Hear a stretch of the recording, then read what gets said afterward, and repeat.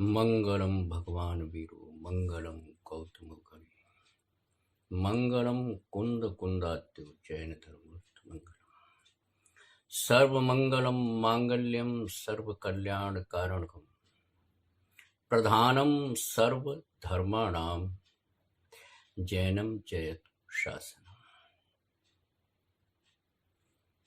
जैनम जयतु शासनम। हम वीर शासन में हैं। जैनों के अंतिम तीर्थंकर, जैन परंपरा के अंतिम तीर्थंकर भगवान महावीर के शासन में हैं। हम उन्हीं की आज्ञाओं का, उन्हीं के उपदेशों का, जो तेरी मुक्ति के लिए उन्होंने प्रदत्त किए, हम उस अनुभव से गुजर रहे हैं। और 10 धर्म 10 लक्षण उसी की एक पर्याय है, उस धर्म की। और हम 3 धर्म के लक्षणों का जिक्र कर चुके हैं। उत्तम क्षमा, उत्तम मार्दव, उत्तम आर्जव, और आज है उत्तम शौच। कभी कभी क्रमबद्धता में बहुत से लोग सत्य को पहले रख लेते हैं, लेकिन इसका एक कारण है कि उत्तम शौच चौथे स्थान पर रखा गया, क्योंकि 4 कषायों से उसकी जो वैभाविक औपाधिक पर्याय है वो 4 कषाय हैं, इसलिए इसको इस क्रम से रखा गया है। यानी आज उत्तम शौच का दिन है। और मैं किसी बात को, जब भी जिनवर की बात होती है तो हमें सावधानी की बहुत आवश्यकता होती है। कहीं भूल चूक न हो जाए, कहीं प्रमाद न हो जाए, कहीं इग्नोरेंस न हो जाए, कहीं अज्ञानवश हम कुछ और बात को कुछ और बात न समझ बैठे। इसलिए आचार्यों ने कहा है कि सावधान में आषाढ़वंतु। और मूल भाषा में कहा संबुज्य जंतवो, प्राकृत भाषा में, हे जीवो समझ बूझ के जानना।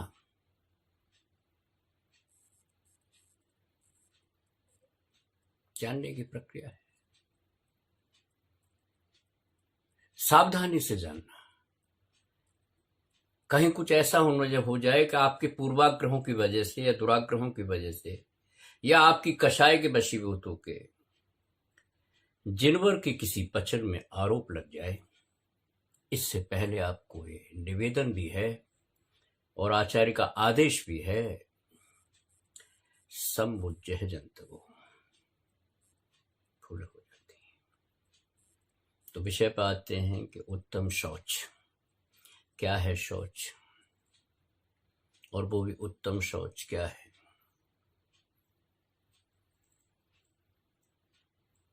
शुचिता कहते हैं पवित्रता को। कोई बाह्य पवित्रता की बात नहीं है। बाह्य स्वच्छता बड़ी अच्छी चीज है, रखनी चाहिए। आपको मन में एक संतुष्टि भी होती है, साइकोलॉजिकल भी है। स्वच्छता हो तो पर्यावरण अच्छा होता है। लेकिन यहां आंतरिक स्वच्छता की बात हो रही है। शुचिता शब्द इसलिए एक पर्टिकुलर शब्द, सेलेक्टिव टर्म है ये। शुचिता, शौच सभी धर्मों में आता है, सभी संस्कृतियों में इसका है, लेकिन हमारे यहाँ उत्तम शौच है। तो शुचिता मीन्स अंदर की शुचिता। जो ये संसार ग्रहण करने की निरंतर प्रवृत्ति चल रही है, उससे मुक्त होने की प्रक्रिया का नाम शौच है। मैं लगातार संसार को ग्रहण कर रहा हूं, यद्यपि साधन मेरे पास नहीं है, सामर्थ्य भी बहुत कम है, उसके बाद भी इस संसार को, समूचे संसार को निकल जाना चाहता हूं, ग्रहण करना चाहता हूं, उसका भोग उपभोग करना चाहता हूं। यह मेरी अनादिकाल की भूल है।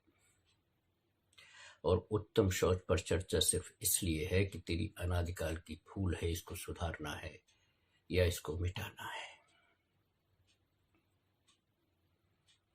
परिभाषा के तौर पर या शाब्दिक अर्थ के तौर पर शुचिर भाव है शौच, शुचिता का भाव।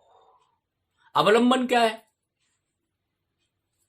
शुचिता तो भाववाचक संज्ञा है शुचिता, लेकिन उसका अवलंबन क्या है? उसका अवलंबन है तेरा भाव।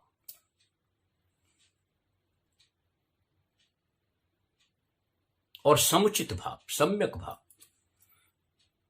कोई हेराफेरी नहीं।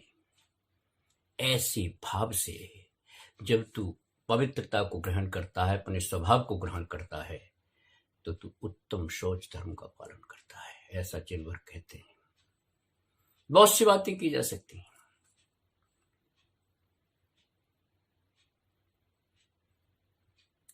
तो जो लोग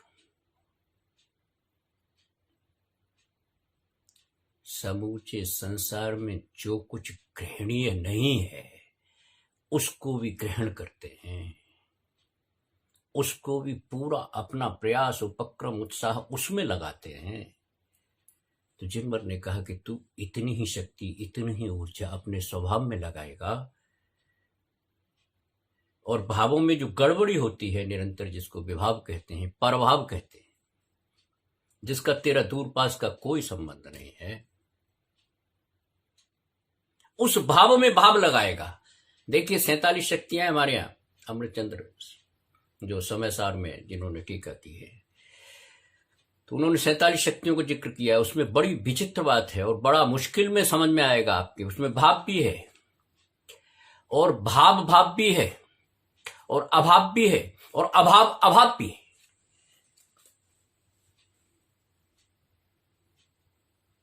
ज्ञान की सीमा है, बहुत ज्ञान की सीमा लांघना बहुत मुश्किल है। ज्ञान को अपने आप में समाहित करना तभी संभव है जब तू स्वभाव में तो सोचे, स्वभाव में सोचे और स्वभाव से ही अभाव करे। किसका? विभाव का। और अभाव का भी अभाव हो जाए, यानी वो भाव ही नहीं रहे कि क्या था और क्या नहीं था। कितनी विचित्र बात जिंदगी ने की।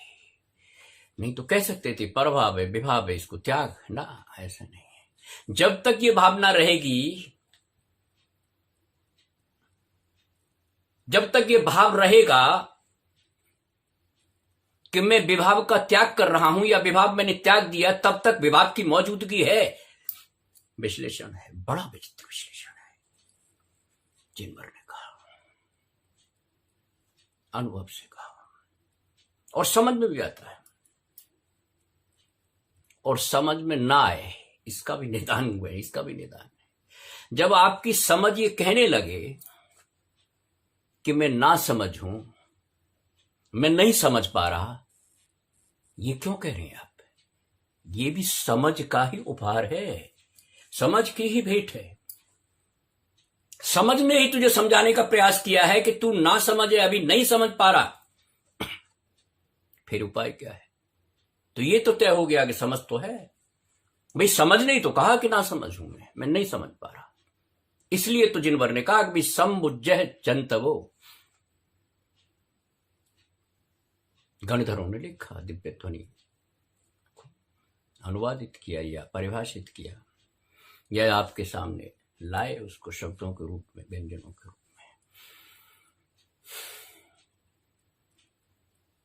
तो जब आप कहते हैं कि मैं ना समझ हूं, अभी नहीं समझ पा रहा, मेरी समझ में नहीं आ रहा, और आप हताश हो जाते हैं, तो एक ही बात कही गई है कि ना, ये भी आह्वान समझ का ही है, ये भी तेरा ज्ञान ही है कि तू ये डिक्लेयर कर दे, ये घोषणा कर दे कि मैं ना समझ हूं। ये समझ का ही उपहार है, ये समझ की देन है। कितनी बड़ी बात की।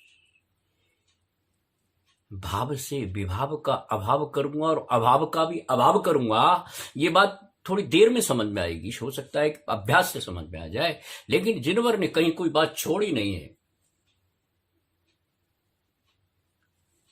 भाई आप अपने छोटे मोटे मत ज्ञान के जरिए ये कह सकते हैं कि भाव पर जो उन्होंने भाव कहा ये भी ठीक है, अभाव कहा ये भी ठीक है, लेकिन अभाव कहा ये क्यों कहा? ये 47 शक्तियों में आता है। बड़ा इसका विचित्र विश्लेषण है, आमतौर पर नहीं कर पाते लोग, करते नहीं है, जरूरत शायद नहीं समझते हैं।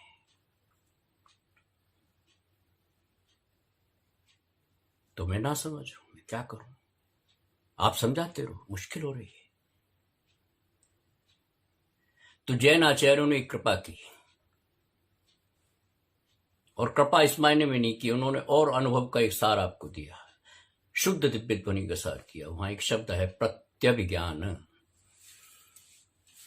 उच्चारण में मैं इसलिए थोड़ा अलग अलग करता हूं कि आपकी समझ में अच्छी तरह, भी को छीन समझने, छी को पीने, प्रत्यभिज्ञान। इस पर बड़ी चर्चा हुई बौद्ध दर्शन में। उन्होंने कहा प्रत्यभिज्ञान नाम की कोई चीज नहीं होती है। जैन शास्त्रों ने कहा, जैन आचार्यों ने कहा कि थोड़ा समझ लो, कोई दिक्कत नहीं है। प्रत्यभिज्ञान होता है। क्या होता है? क्योंकि ज्ञान तो मेरे पास है। और प्रत्यभिज्ञान किसको कहते हैं कि स्मृति और अनुभव का जब संसर्ग होता है तो उसको प्रत्यभिज्ञान कहते हैं। और स्मृति कहीं जाती नहीं है, कहीं विस्मृत नहीं हो गई है, ये मुझे आभास लगता है, क्योंकि वो ठीक है अलग अलग अलग, लेकिन स्मृति जिंदा है। यही कंप्यूटर साइंस टोटल यही है कि स्मृति अभी जिंदा है। तो जब वो स्मृति आएगी और अनुभव से मेल खाएगी तो प्रत्यभिज्ञान हो जाएगा। तो तू ना समझ कहां रहा, तेरी समझ में तो आ जाएगा। लेकिन मायूस होकर बैठ जाएगा, जिसको मिथ्या दर्शन कहते हैं। तू अपनी शक्ति को नहीं पहचानेगा और अपने को ये कह के कि मैं तो अज्ञानी हूं, मैं प्रथम गुण स्थान पर खड़ा हुआ हूं, मेरे वश का नहीं है, तो मुश्किल हो जाएगी। क्योंकि रुचि से उपयोग आता है। पहले रुचि तो पैदा कर। और ये मैं नहीं कह रहा हूं, ये जिनबा नहीं कह रही है, माँ कह रही है। माँ कह रही है बेटा रुचि पैदा कर। उपयोग तो तेरा लक्षण है, रुचि पैदा कर। और रुचि भी तेरे पास ही है, कहीं बाहर से नहीं लानी, कोई खरीदनी नहीं है। तो रुचि तो पैदा कर। ये रुचि तो पैदा कर कि मेरे इस ज्ञानाभ्यास में रुचि तो लगे। कोई जरूरी नहीं है कि शब्द के माध्यम से लगे, कोई आवश्यक नहीं है कि बहुत सी भाषाओं के माध्यम से लगे। ये ज्ञान उपजेगा बहुत से। किसने कौन सी पाठशाला में पढ़े थे? भगवान महावीर या पार्श्वनाथ या जो भी तीर्थंकर, कौन सी पाठशाला में पढ़े थे? ये अपनी उनकी पाठशाला भी थी, प्रयोगशाला भी थी। चूंकि ये बात तय थी कि ज्ञान तो तेरे पास है, तू अनंत ज्ञान का धारी है। कहीं आवरण है, जिसको उन्होंने 11 वर्ण कर्म के रूप में कहा, उसकी अन्य प्रकृतियां हैं, बहुत सी प्रकृतियां हैं, लेकिन तेरे को एक आशा दी प्रसंगवश। प्रत्यक्ष ज्ञान तो है, स्मृति तो है। इसलिए कभी बुझे मन से मत कह देना कि मेरी समझ में नहीं आ रहा। और ये मान लेना, थोड़ा विश्लेषण करना कि ये जो कह रहा है, जो ये कौन कह रहा है? ये समझ ही तो कह रही है कि मैं ना समझूं। कोई न कोई आवरण लगा होगा, कोई बात नहीं, इससे क्या फर्क पड़ता है। लेकिन मेरी आस्था है प्रत्यभिज्ञान में भी, विज्ञान में भी। मैं बौद्धों की तरह तो नहीं बात को करूंगा। मैं बौद्ध दर्शन का कोई खंड, मैं बहुत उनकी बहुत बातें बहुत प्यारी हैं, बहुत अच्छी हैं हर दर्शन में। लेकिन एक पर्टिकुलर विषय पर चर्चा हुई और बड़ी अच्छी तरह की, अकलंक जी ने भी और विद्यानंद जी ने भी, क्योंकि वो जमाना दूसरा था।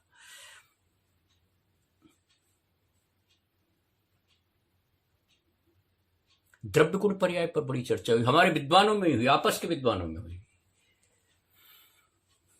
कि भैया अगर द्रव्य और गुण यानी आत्मा और गुण एक ही चीज है, गुण और गुणी एक ही चीज है, तो फिर अलग अलग करने की क्या जरूरत है? अगर पर्याय में वो काम चल जाता है तो द्रव्य गुण पर्याय कहने की क्या जरूरत? द्रव्य पर्याय कह दो।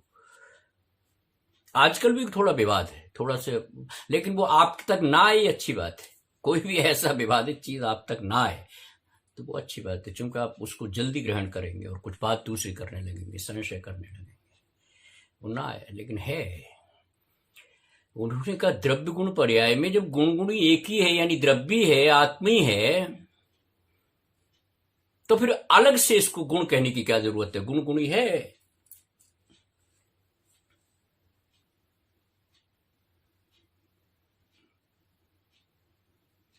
कह दो द्रव्य और पर्याय। इस तरह के प्रश्न उठे हैं, और ये प्रश्न उठते हैं, उठने चाहिए, ये बुझने नहीं चाहिए, क्योंकि विश्लेषण तो तभी होगा। बौद्ध दर्शन ने खुद का यथा यथा विचारयन्ते विशीर्यन्ते तथा तथा, विचार करते जाओ। उपनिषद ने कहा नेति नेति, ये नहीं है, ये नहीं है, ये नहीं है, ये नहीं है, और फिर वो आए कि ये है। कहना आवश्यक है, ये संशय उठना है। लेकिन ये अज्ञान और उपेक्षा के दौर में उपेक्षा के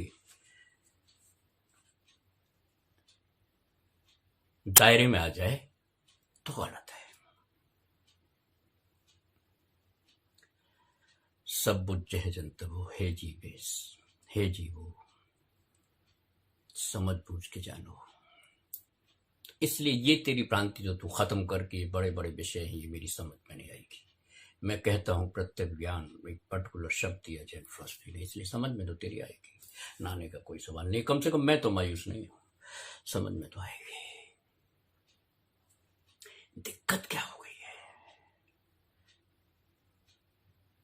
ध्यान रखना, बहुत सी बातें आ जाएंगी उसमें भूल जाएंगे। उत्तम शौच को शुचेर भाव है, शुचिता का नाम है, आंतरिक स्वच्छता का नाम है। अब इसमें बाधा क्या है?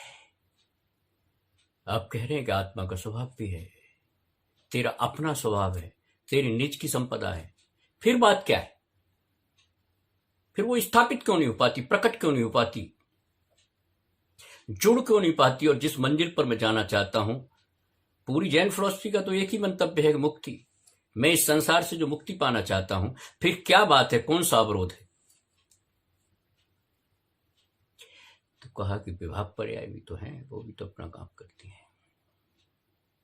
और इसी संदर्भ में कषायों का उल्लेख है, क्रोध भी है, मान भी है, माया भी है, और शौच के जरिए हम लोभ की बात भी करेंगे।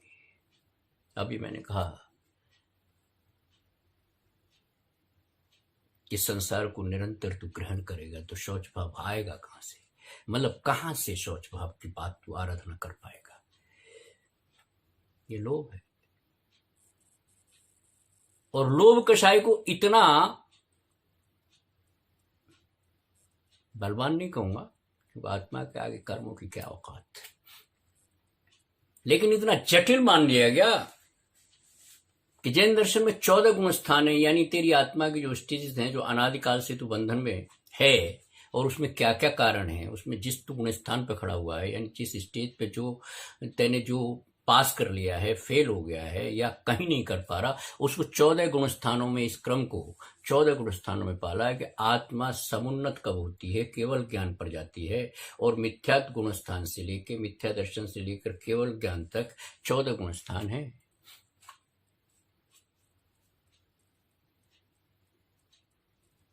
और मोक्ष मार्ग का रास्ता तो उमा स्वामी ने लिख दिया, और सर्वज्ञ की भाषा में लिख दिया। क्या? सम्यक दर्शन ज्ञान चारित्राणी मोक्ष मार्ग है। इसकी भी कहानी है। उन दिनों इस तरह की आहार की व्यवस्था नहीं होती थी। जो नग्न दिगंबर साधु होते थे ना, वो श्रावक के घर चले जाया करते थे। कोई आडंबर नहीं था। मैं बहुत माफी के साथ कहता हूँ, मैं आडंबर की बात नहीं करता, लेकिन वो ठीक है, एक आहार पर्याप्ति है, तो वो किसी श्रावक के यहाँ चले जाया करते थे, छोटी मोटी कोई विधि करके चले जाते थे, और वहां आहार करके, कोई आवश्यक नहीं था कि उसके लिए बहुत लोगों से कहा जाएगा आज महाराज जी का आहार है। कोई बहुत बड़ा डिस्टर्बेंस नहीं था। कब आए और कब चले गए, किस योग में आए और किस विधि से आए, कोई बहुत बड़ा उसका शास्त्र नहीं था। श्रावक के आचारों में ही सम्मिलित था, और श्रावक का ये सौभाग्य था। ये बीच बीच में छोटी मोटी बात, छोटी मोटी कहानियां मैं सिर्फ इसलिए सुनाता हूं कि आपकी स्मृति के कुछ कंडीशन होती हैं, कुछ कहानियों के माध्यम से आप स्मृति को जिंदा रखते हैं। तो उमा स्वामी, जिसको कि श्वेतांबरों ने उमा स्वाति कहा, कोई फर्क नहीं पड़ता, नाम संज्ञा है। और यही एक ऐसा ग्रंथ है जो श्वेतांबरों में मान्य है और दिगंबरों में मान्य है। 3 चीजें ऐसी हैं, नमोकार मंत्र, वो नमोकार कहते हैं, वो ठीक है, भाषा का रूपांतरण है, कोई आफत नहीं आ रही। और भक्तांबर वो 44 मानते हैं, हम 48 काव्य मानते हैं। भक्ति के काव्यों में भक्तांबर, तत्व में तत्वार्थ, और मंत्र में नमोकार मंत्र, ये दोनों ही परंपराओं को मान्य है। इसलिए तत्वार्थ सूत्र हमारा बड़ा सर्वमान्य ग्रंथ है। और सर्वमान्य कोई डेमोक्रेटिक तरीके से नहीं है कि उन्होंने मान लिया इसलिए सर्वमान्य है। तत्व की वास्तविक चीजें तो उन्होंने लिखा, सम्यक दर्शन ज्ञान चारित्राणि मोक्ष मार्ग है। कुमार स्वामी आचार्य किसी श्रावक के घर आहार करने गए। श्रावक भी बड़े कमाल के होते थे। श्रावक है, जैन श्रावक का कोई जवाब नहीं।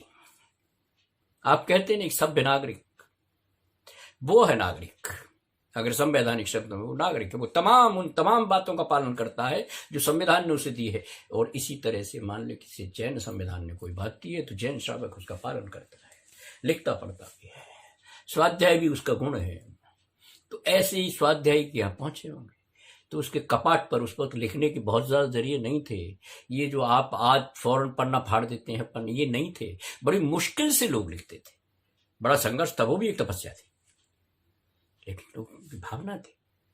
तो उसने अपने दरवाजे पर लिख रखा था, दर्शन ज्ञान चारित्राणि मोक्ष मार्ग है। अब जो गुरु है, साधु है, वो क्या दे सकता है आपको? वो ज्ञान ही तो दे सकता है। और उमा स्वामी ने अपना उत्तरदायित्व पूरा किया। अपनी आहारचर्या के बाद जब वो बाहर निकले और उन्होंने कपाट पर देखा कि दर्शन ज्ञान चारित्राणि मोक्ष मार्ग लिखा हुआ है, तो उन्होंने उसका आगे सम्यक शब्द लगा दिया। यही आचार्य का आशीर्वाद था, यही आचार्य की भेंट थी। उस वक्त आचार्य यही करते थे। किसी विद्वान का नाम आप नहीं देखेंगे कम से कम कुंदाचार्य से लेके और अभी तक की बात करता हूं, 200 साल पहले इसको छोड़ दीजिए, 1800 साल लगभग या 2000 साल, सब जितना भी जैन शास्त्र हैं वो तमाम आचार्यों ने लिखे हैं, मुनियों ने लिखे हैं। उनका काम था ये सवेरे शाम तक तत्व चिंतन करना और वात्सल्य भाव से, करुणा भाव से उसको लिख भोजपत्रों पर, कभी काष्ठ पर, कभी अगर कोई बहुत बात हुई, जो साधन मिला, कागज नहीं था उतना, और कागज नहीं था ये अच्छी बात थी। कभी कभी लगता है कितना हमने दुरुपयोग किया है। वो बड़े अमूल्य माने जाते थे और अप्राप्य भी होते थे। तो आचार्य ने लिख दिया सम्यक दर्शन, सम्यक लगा था सम्यक दर्शन। आचार्य ने अपना दायित्व पूरा किया। और उसके बाद जब वो गृहस्थ आया, श्रावक आया,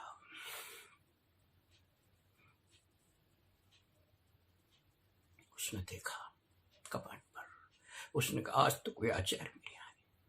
बड़ा सौभाग्य माना जाता था, बहुत सौभाग्य माना जाता था। किसी आचार्य ने, किसी मुनि ने, किसी दिगंबर संत ने मेरे घर को पावन कर दिया, पवित्र कर दिया। उनके चरण ही तो हैं, लेकिन वो मुनि थे। बड़ी चर्चा होती है भावलिंगी और द्रव्यलिंगी मुनि पर, बड़ी चर्चा होती है, लेकिन वो भावलिंगी मुनि थे। उनके हर भाव में, चिंतन के हर आयाम में, या यूं कहिए कि चिंतन के हर रोम में केवल जिनवर बसा हुआ था, सर्वज्ञ। इसलिए जो निकलता था वो शुभ्र ही निकलता था, शुद्ध ही निकलता था। चरण है उनके सम्यक दर्शन ज्ञान चारित्राणि में। और ये पता ही नहीं कि आचार्य कहाँ ठहरे हुए हैं, किसी लोधी कॉलोनी में ठहरे हुए हैं या किसी गुप्ती धाम में या गुप्ती आश्रम में ठहरे, मालूम नहीं होता था। भाई साहब कहाँ है उपलब्ध?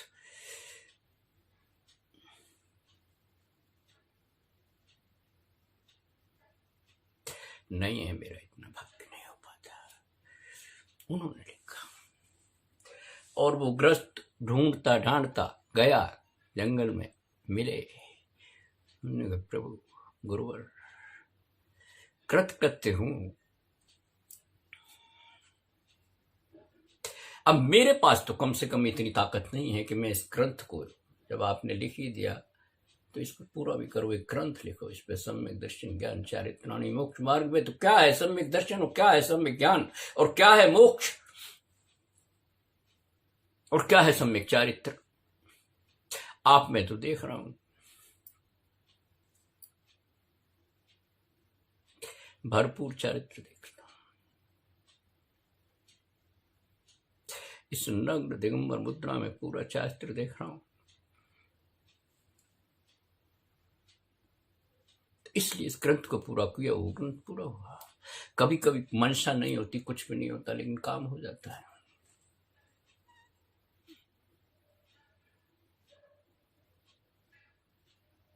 और ना हमें उस ग्रस्त का कोई नाम पता है, हमें तो उमा स्वामी का नाम पता है।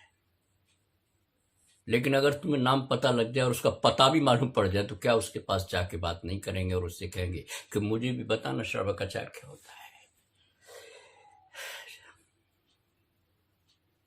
मेरे पास तो दर्शन ज्ञान चारित्राण ये भी लिखने को नहीं। मैं सिर्फ इतना कहना चाहता हूं कि कभी ये मत कह देना कि मैं ना समझूं, मैं नहीं समझ पा रहा। नहीं, प्रत्येक ज्ञान है तेरे पास, समझेगा, लेकिन रुचि और अभ्यास बनाए रखना।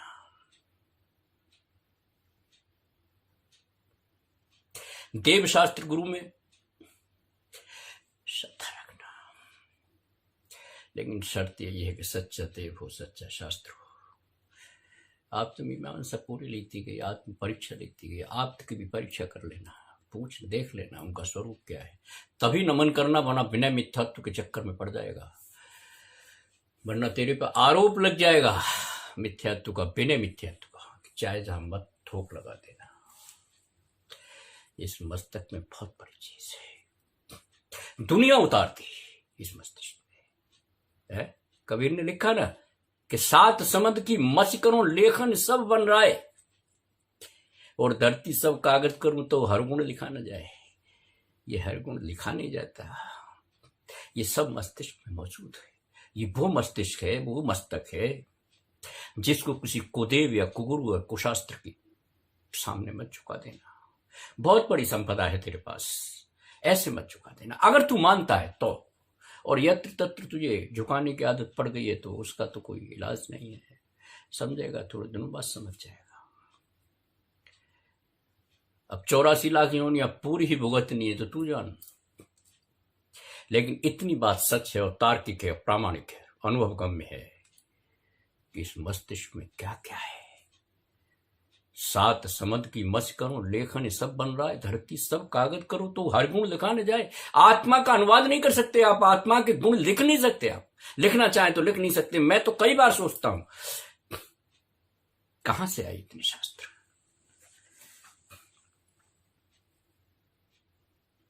मेरी एक आदत थी, कभी मैं किसी दूसरे भाव में नहीं कह रहा, कभी बच्चा था, पढ़ता था, अपने ही किए से कुछ करता था।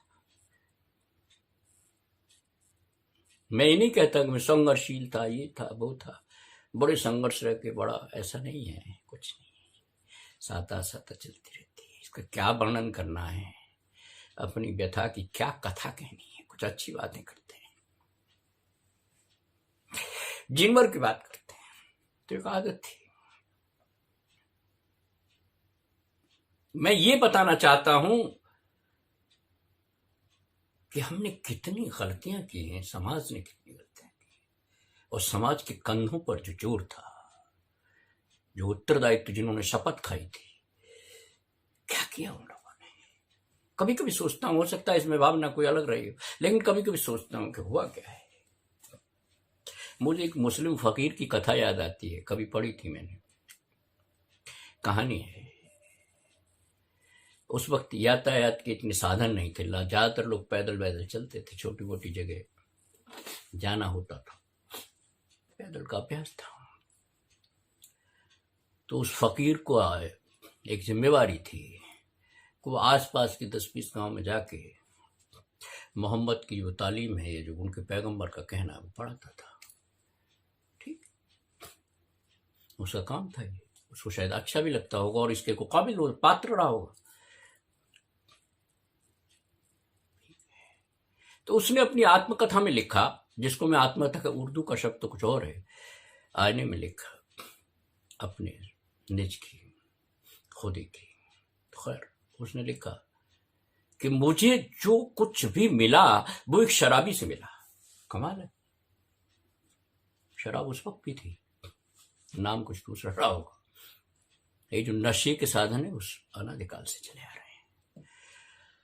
तो उन्होंने कहा मुझे उससे मिली एक बात, बड़ी विचित्र लगती है। सीखने को कहीं से भी सीख लो, क्या फर्क पड़ता है। सीखने की प्रवृत्ति होनी चाहिए। मैं जिस रुचि की बात कर रहा हूं वो रुचि होनी चाहिए, परमार्जित रुचि होनी चाहिए, कहीं से सीख लो। तो उसने कहा कि मुझे सबसे बड़ी जो शिक्षा मिली, जिसको मैं जीवन भर निभाता रहा, वो शराबी से मिली, एक नशाखोर से मिली जो नशा करता था। तो मैं जब रास्ते से आ रहा था एक गांव से अपने गंतव्य पर, अपने गांव की तरफ, तो मुझे रास्ते में एक व्यक्ति मिला, उसने नशा किया हुआ था, उसके पैर लड़खड़ा रहे थे और लगता था कि वो थोड़ी देर में, अगर थोड़ी सी यात्रा उसने थोड़े से पैर और आगे बढ़ाए तो गिर पड़ेगा और शायद बेहोश भी हो जाएगा। अभी तो ये होश में इससे कुछ कहा जा सकता है। उपदेश की अगर आदत पड़ जाए ना तो वो बहुत मुश्किल से छूटती है। उसकी तो आदत थी, खैर आदत भी थी, अच्छी आदत है, बुरी तो नहीं है। तो उसने कहा, हे भैया, मैं तुम्हें नहीं जानता और तुम मुझे नहीं जानते, लेकिन एक बात कहूं आपसे। पहले बात कहने का भी एक तरीका था, जैसे कहते ना, इफ यू डोंट माइंड, एक बात कहूं। उसने कहा, जैसा शराबी व्यवहार करता है। उसने कहा, बोल। कहना, भैया ऐसा करो, बैठ जाओ, तुम और थोड़ा आगे चलोगे तो तुम इस होश में नहीं, हो सकता है तुम गिर जाओ, और सुनसान रास्ता है, कोई देखभाल करने वाला भी नहीं होगा, तो हो सकता है कि तुम्हारे साथ कोई अनर्थ हो जाए, कुछ अनिष्ट हो जाए। तो मेरी राय ये है, अपनी भाषा में बात की होगी, मेरी राय ये है कि तुम थोड़ी देर के लिए बैठ जाओ, विश्राम ले जाओ, मेरे पास पानी है, मैं पानी पिलाता हूँ, लेकिन थोड़ी देर लड़खड़ा रहे हो तुम। वो नहीं माना, थोड़ा आगे बढ़ा। आगे बढ़ के शराबी ने आवाज दी कि ओ भाई, सुनो सुनो, मेरी बात सुनो, मेरी भी सुनो, तुमने सुनाई मैं भी सुनाता हूं। तो फिर उसने कहा, क्या हो गया इसको, ज्यादा बेहोश तो, ज्यादा परेशान, कहीं तंग तो नहीं करेगा ये, लेकिन फिर है, उसको क्या लेना देना है। आया तो उसने कहा, मैं एक बात सुनो, मैं लड़खड़ा के गिर गया तो कोई बात नहीं, ध्यान देना आप शब्दों पर, गजब की बात कर गया, ज्ञान है उसमें, कहीं आया है कुछ ज्ञान। उसने कहा, मैं लड़खड़ा के गिर गया तो कोई बात नहीं, मैं गिर जाऊंगा, उठ जाऊंगा, न उठ पाऊंगा तो कोई बात नहीं, मुझे चोट पहुंचेगी तो कोई बात नहीं, लेकिन मैं तुमसे एक बात कहता हूं कि मुझे अब एक ज्ञान में बात आई है कि तुम लोगों को सिखाते हो, लोग तुम्हारा अनुकरण करते हैं, तुम लोगों के लिए आई कौन हो। भाषा रही होगी, लेकिन मैं अपनी भाषा में बात कर रहा हूं। तुम पथ प्रदर्शक हो, तुम लोगों को रास्ता दिखाते हो, भूले भटकों को रास्ता दिखाते हो, तुमने मुझे भी रास्ता दिखाने की कोशिश की, कोई बात नहीं। तो मैं सिर्फ तुमसे एक बात कहना चाहता हूं कि मैं लड़खड़ा गया तो कोई बात नहीं, मैं गिर गया तो कोई बात नहीं, मैं चोट खा गया तो कोई बात नहीं, लेकिन तुम गिर जाओगे तो समाज गिर जाएगा। समाज आपकी बात मानता है, बहुत से गांव के लोग तेरी अनुयायी हैं, लेकिन तुम गिर गए, तुम लड़खड़ा गए। सांकेतिक भाषा की बात थी, उपमा और रूपकों की बात, तंज और व्यंग की बात कभी कभी बड़ा आनंद देती है, और आनंद की बात थी। उसने कहा, तुम गिर गए या तुम लड़खड़ा गए तो समाज लड़खड़ा जाएगा, क्योंकि समाज तुम्हें आइकॉन मानता है। इसलिए तुम ख्याल रखना कि कोई ऐसा सेवन मत कर लेना। शराबी कह रहा है, नशाखोर कह रहा है,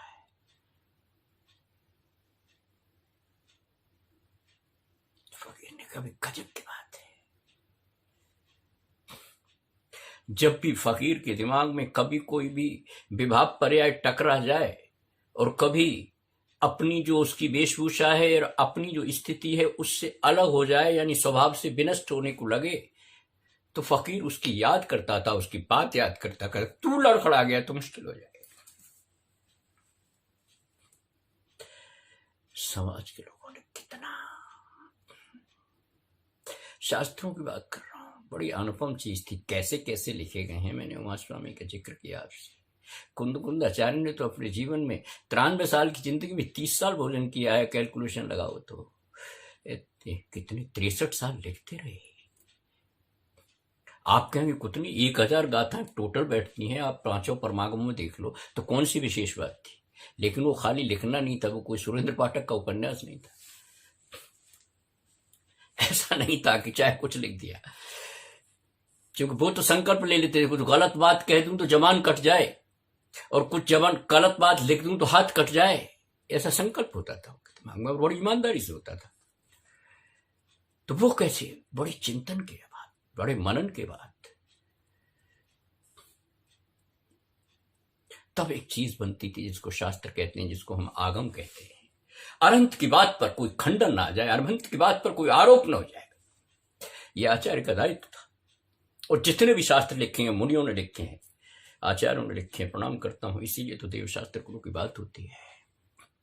और आज शास्त्रों की स्थिति क्या है मैं बता दूं आपको। कई बार जाता हूं मैं, यहाँ पर लाल मंदिर में एक साहित्य भंडार है, अब है या नहीं मुझे 10-11 साल से मैंने जाना छोड़ दिया है, पहले जाता था।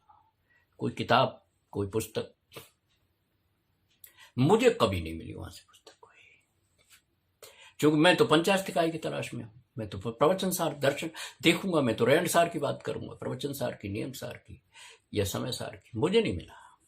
कभी कोई समय सार की प्रतिलिपि वहां कोई रख गया हो तो मुझे पता नहीं, लेकिन नहीं मिला। लेकिन कड़वे प्रवचन मिलते थे।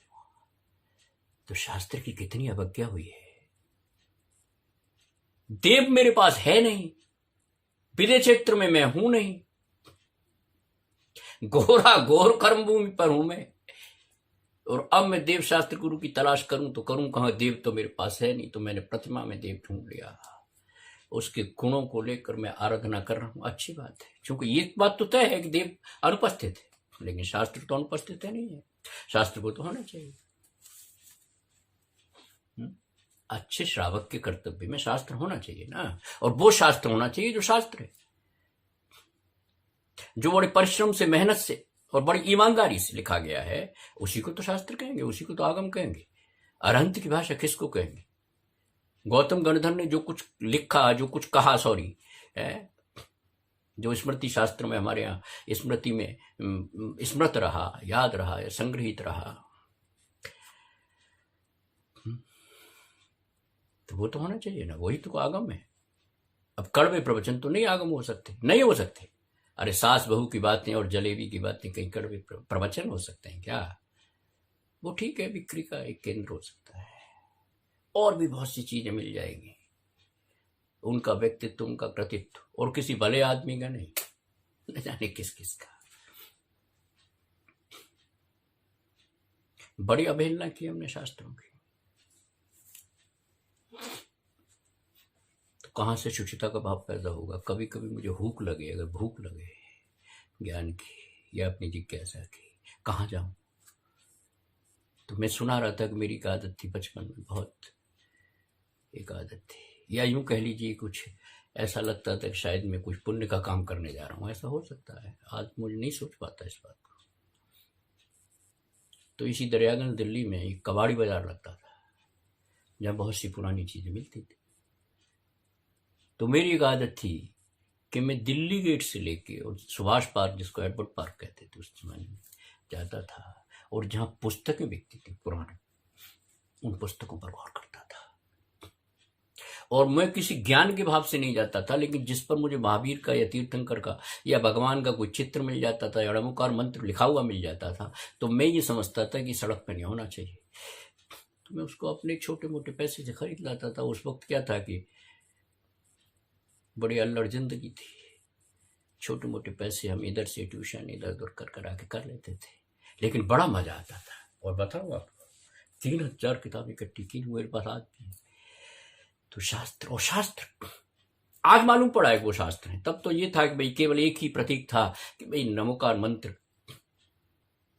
ये जो अनादि निधन मंत्र जिसको हम कहते हैं, जो आरहत का दिया हुआ मंत्र है, जो षट खंडाओं का पहला मंगलाचरण है, ये मंत्र जहां भी जिस पंक्ति पर, जिस पन्ने पर लिखा हो, वो ही मेरे लिए पूज्य है।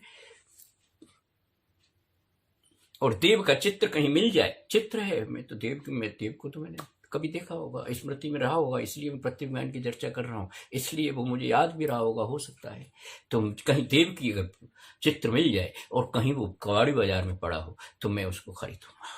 ये मेरा भाव था, बस केवल इतना भाव था। कोई ज्ञान भाव की या ज्ञान संचय की कोई इतना था भी नहीं। बाद में वो मालूम पड़ा वो तो शास्त्र थे। और बहुत सी पुस्तकों को मैं आपसे जिक्र करूंगा। अभी एक प्रस्ताव आया किसी के माध्यम से, गिरनार जी में मुकदमा चल रहा है श्वेतांबर दिगंबरों का, किसका है, मेरा है, तेरा है। ऐसी ही बातों पर हम लड़ते रहे। वो किसी सेठ ने अपनी पूरी संपदा देके खरीद लिया था,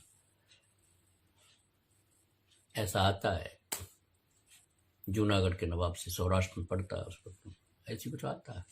तो दिगंबर अपना आधिपत्य स्थापित करना चाहते हैं और श्वेतांबर अपना करना चाहते हैं, और इस पे मुकदमा एक लंबे अरसे से जैसे शिखर जी पर चल रहा है, इसलिए इसमें चल रहा है। तो एक प्रस्ताव आया कि भी एविडेंस में आ गया है, केस गवाही में आ गया है, कोई पुख्ता गवाही चाहिए, कुछ पुख्ता प्रमाण चाहिए, कुछ पुख्ता सबूत चाहिए जिससे कि हम मुकदमा जीत जाएं। और वो समाज के बहुत बड़े आदमी माने जाते हैं। उनकी तरफ से आया, मैं तो उन्हें व्यक्तिगत कभी मिलता जुलता नहीं है, मुझे मेरी कोई दिलचस्पी भी नहीं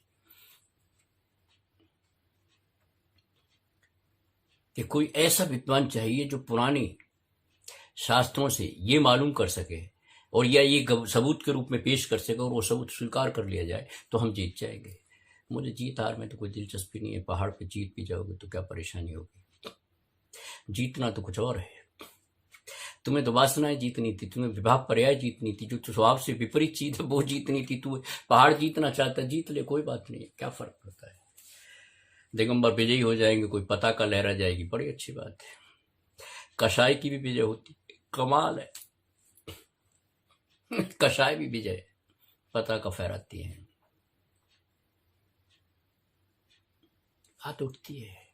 क्योंकि धर्म की आड़ में, मैंने कल भी आर्य धर्म में कहा, कितनी कितनी वक्रताएं हुई हैं और उनको किस तरीके से स्थापित किया गया, इसी तरह है। लेकिन चल हम ये कह के संतुष्ट हो जाते हैं कि पंचम काल है। तो प्रस्ताव ये आया कि भाई कोई ऐसी शास्त्र में सबूत मिल जाए पुराना और जिसको कोर्ट मान ले, प्राचीन तम कह के या प्राचीन कह के या तात्कालिक कह के या तत्कालीन कह के, ऐसा कोई सबूत शास्त्रों में मिलता हो तो कोई विद्वान ऐसा व्यक्ति हो जिसमें। तो मैंने उनसे कहा क्या आपने छोड़ा ही क्या है, क्या छोड़ा है आपने।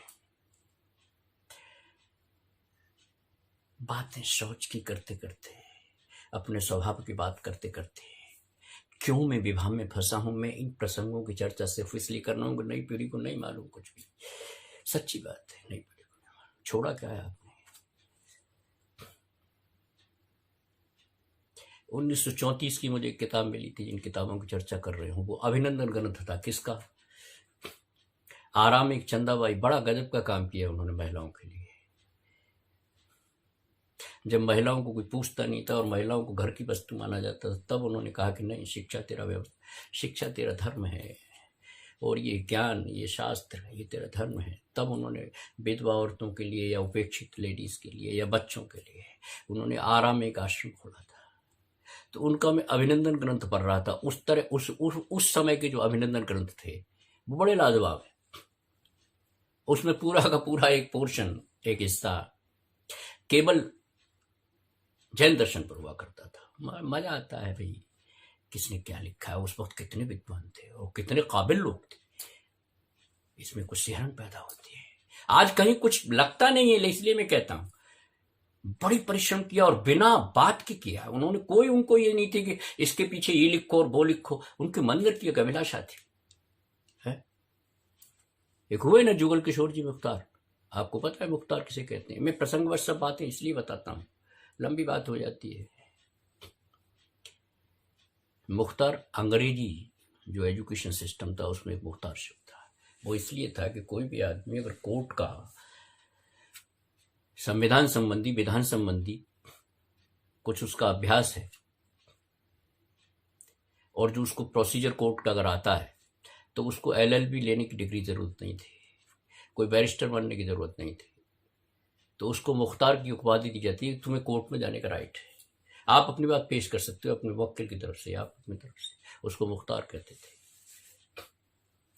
तो जुगल किशोर जी मुख्तार हुए हैं सरसावा में, बहुत लिखा उन्होंने, लॉ के अंग्रेजी के ज्ञाता, फारसी के ज्ञाता, लेकिन जैन दर्शन का तो कह के नहीं जानते थे। और उसके बाद कतिपय विद्वानों में उनका नाम आया, और कभी उन्होंने नहीं चाहा कि मैं मेरा कोई नाम हो, लेकिन उन्होंने वीर सेवा मंदिर की स्थापना की, जिसमें प्राच्य विद्याएं, तमाम प्राच्य जो हमारी संस्कृति है, सभ्यता है, उसके शोध की बात की। वो चल रहा है, कम चल रहा है, वो एक अलग बात है। मैं सिर्फ ये कहना चाहता हूं। तो मैंने उसमें पढ़ा, अभिनंदन ग्रंथ में, आरा के चंदाबाई के अभिनंदन ग्रंथ में एक बात पढ़ी। उस वक्त जो अंग्रेजी एजुकेशन थी वो आर्कियोलॉजी पर बड़ा ध्यान देती थी, क्योंकि हमारे पास स्मृति और स्मारक के अलावा अपनी संस्कृति के गान गाने का कोई तरीका नहीं। आप वैसे बोलते रहो, ये गलत बात है, लेकिन आपको प्रमाण तो देने पड़ेंगे कि क्या स्मृति शास्त्र कहता है वो बताओ, क्या आगम कहता है वो बताओ, और क्या स्मारक कहते हैं वो बताओ, वो तो जीवंत चीज है। तो अंग्रेज इस बात पर बड़ा जोर देते थे। तो जितने संग्रहालय हुआ करते थे आर्कियोलॉजी के, जिसमें पुस्तकें भी थी, जिसमें मूर्तियां भी थी, जिसमें भोजपत्र भी थे, उस पर बड़ा जोर देते थे। और जो संग्रहालय होते थे, चाहे वो प्राइवेट, उनको कोई निजी और सरकारी ऐसा कुछ नहीं था, लेकिन उनको लिस्ट देनी पड़ती थी आर्कियोलॉजिकल डिपार्टमेंट को, मेरे पास ये प्राचीन है, जिसमें लेखन भी है और अन्य चीजें भी हो सकती हैं।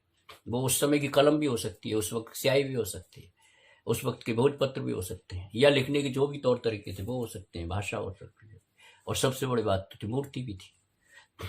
इस पे बड़ा जोर देते थे। मैं इस संदर्भ में कहता हूं कि अब गिरनार जी के पास, गिरनार जी में सबूत देने के लिए आपके पास कुछ नहीं है। वो क्यों नहीं है? वो आपके अज्ञान की दशा है।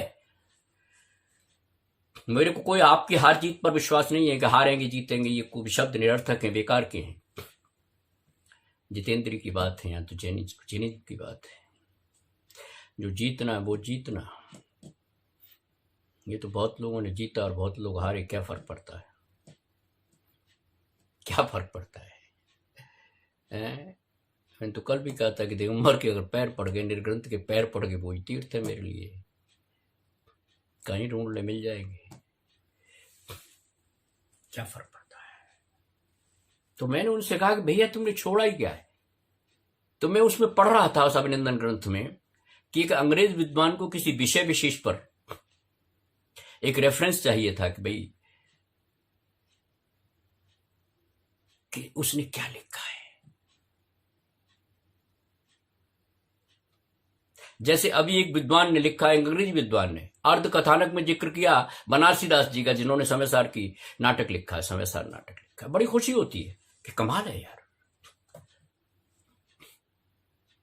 जो जिज्ञासु है ना वो जान लेता है कहां कौन बिल में छुपा हुआ है, उस अज्ञात को ज्ञात कर देता है, ढूंढ लेता है, क्योंकि वो जिज्ञासु है। क्योंकि अंग्रेज विद्वान को जैन फिलॉसफी पर जो बात कर रहा था, उसको कुछ पुस्तक चाहिए थी, एक रेफरेंस चाहिए था। तो लंदन के आर्कियोलॉजी डिपार्टमेंट में गया, एनसाइक्लोपीडिया उसने देखे, तो उसको पता लगा कि पुरानी दिल्ली में बैद्यवाड़ा में कोई मंदिर है, उसमें ही पुस्तक है। बताइए, इंग्लैंड से आता आदमी, लंदन से आता है, या लंदन के आसपास रहने वाला होता है, इंग्लैंड से आता है, और पर्टिकुलरली इस बात के लिए आता है कि उसमें उन्होंने क्या लिखा है मैं चेक करना चाहता हूं, क्योंकि एक ही किताब है। वो उससे डिपार्टमेंट से मालूम किया, लंदन में आपसे बड़ा म्यूजियम है, आपसे बड़ा आर्कियोलॉजी का डिपार्टमेंट है, उनके पास सब एनसाइक्लोपीडियाज हैं, उनको नॉलेज है, क्योंकि वो ज्ञान के पिपासु भी थे, आप कितनी भी बुराई कर। तो उसने वहां से पूछा, देखा, और उसने कहा कि बैद्यवाड़ा है कोई पुरानी दिल्ली में, उसमें कोई जैन मंदिर है, उसमें ये पुस्तक है, पढ़ लेना, आप भी पढ़ लेना कोई स्मृति अभिनंदन ग्रंथ, कभी आपको लगता हो। सन 34 की बात है शायद, तो उस अभिनंदन ग्रंथ में चर्चा है।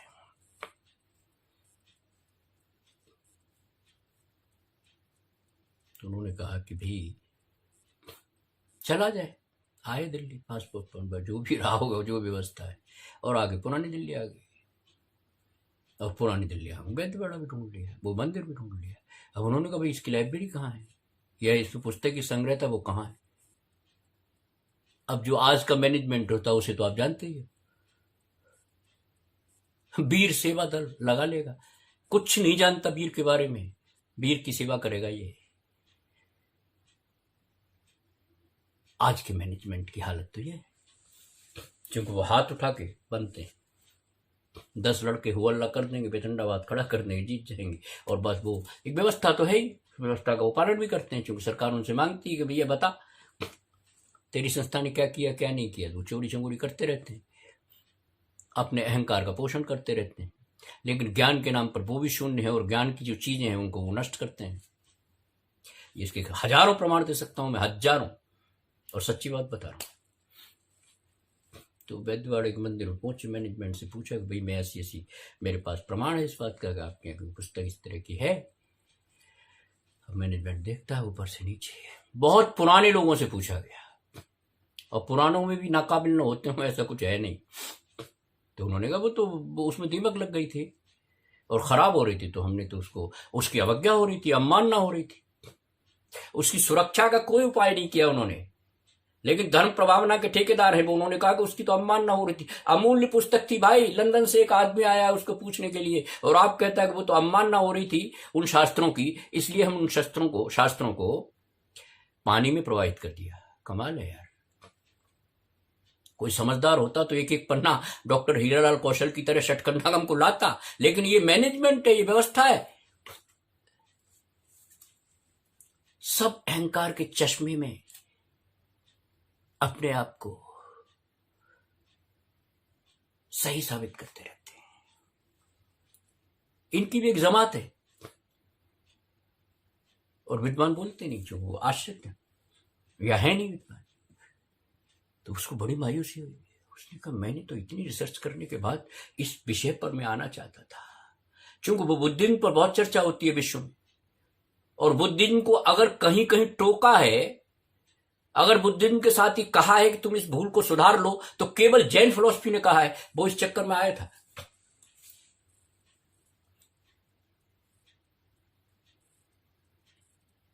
बौद्धों में प्रतीत्य समुत्पात एक विषय है, जिसका अर्थ है कार्य कारण का संबंध क्या है। उसमें उलझन हो रही थी कुछ, क्योंकि उसको यह भी मिल गया था कि कहीं कहीं अकलंक ने, विद्यानंद ने कुछ बात कुछ दूसरी कही है, जो इससे भी सूक्ष्मतम बात है, और वो एक पुराने किसी पुस्तक में सन्निहित है। तो वो पुरानी पुस्तक वो अवेलेबल है, वो आया। मन में कोई बेचैनी हो जाए ना, खासतौर से ज्ञानी पुरुष को, तो वो कहीं भी जा सकता है, 7 समुद्र पार जा सकता है, और अगर उसको साधन मिले तो कुंद कुंद विदय क्षेत्र में भी जा सकता है। ऐसी कथा है। मैं कुछ नहीं कहता कि कथा सही है, सही, मन में कोई शंका पैदा हो जाए। ये वर्धमान के 5 नामों में एक नाम है सन्मति।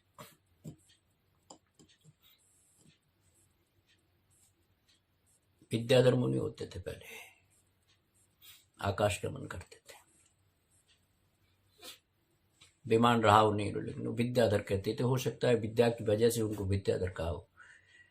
तो वो 2 मुनि गुजर रहे हैं कहीं ऊपर से, और नीचे सन्मति, नीचे वर्धमान महावीर, अभी सन्मति नाम नहीं पड़ा उनका, बैठे हुए हैं, खाली बैठे हुए हैं, कोई लेना देना नहीं, बिना उपयोग के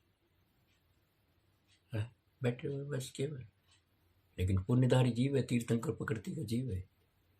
तो जो वो मुनि थे जो गमन कर रहे थे, वो दोनों आपस में किसी विषय पर विमर्श कर रहे थे, और वो विमर्श इस तरह का था कि वो समस्या उनकी हल नहीं हो रही थी। होता है ना ज्ञान में, तो भैया इसको साबित करो, ये अनिकांत है, ये सद्वाद है, ये नयवाद है, इसको रहस्य मत बनाओ, इसको साबित करो, सिद्ध करो। ऐसी बात होती थी, बिना किसी आग्रह के, बिना किसी पूर्वाग्रह के, बिना किसी दुराग्रह के, ऐसी चर्चा होती थी। तो वो आपस में विमर्श कर रहे थे। तो जहां महावीर बैठे हुए थे उसके ऊपर से गुजरे, अचानक क्या होता है, उनकी गांठ खुल गई और उनकी शंका का समाधान आपस में हो गया। तो उन्होंने कहा यार बात तो कुछ है, कैसे हुआ? हम तो घंटों से लड़ रहे थे भाई, लड़ रहे थे, विमर्श कर रहे थे, तर्क कर रहे थे, अपने अपने प्रमाण प्रस्तुत कर रहे थे, और इस शंका का समाधान नहीं हो पा रहा था। तो फिर ये बात क्या हुई? तो उन्होंने चेक किया, उन्होंने कहा भाई यहां कोई न कोई जीव तो ऐसा है जिसका सानिध्य मात्र से मेरी गांठ खुल गई, कोई न कोई तो निग्रंथ पर्याय का, जो भविष्य में निकंठ होने वाला कोई न कोई जीव तो है। ऐसे सोचते थे मुनि, ऐसे नहीं सोचते थे कि अब तू जीत गया, अब मैं जीत गया, देखा मैं जीत गया, नहीं। ऐसे सोचते थे कि अचानक हुआ क्या, जीत जाना गिरनार क्या फर्क पड़ रहा है, या हार जाना क्या फर्क पड़ रहा है, हारे हुए हो।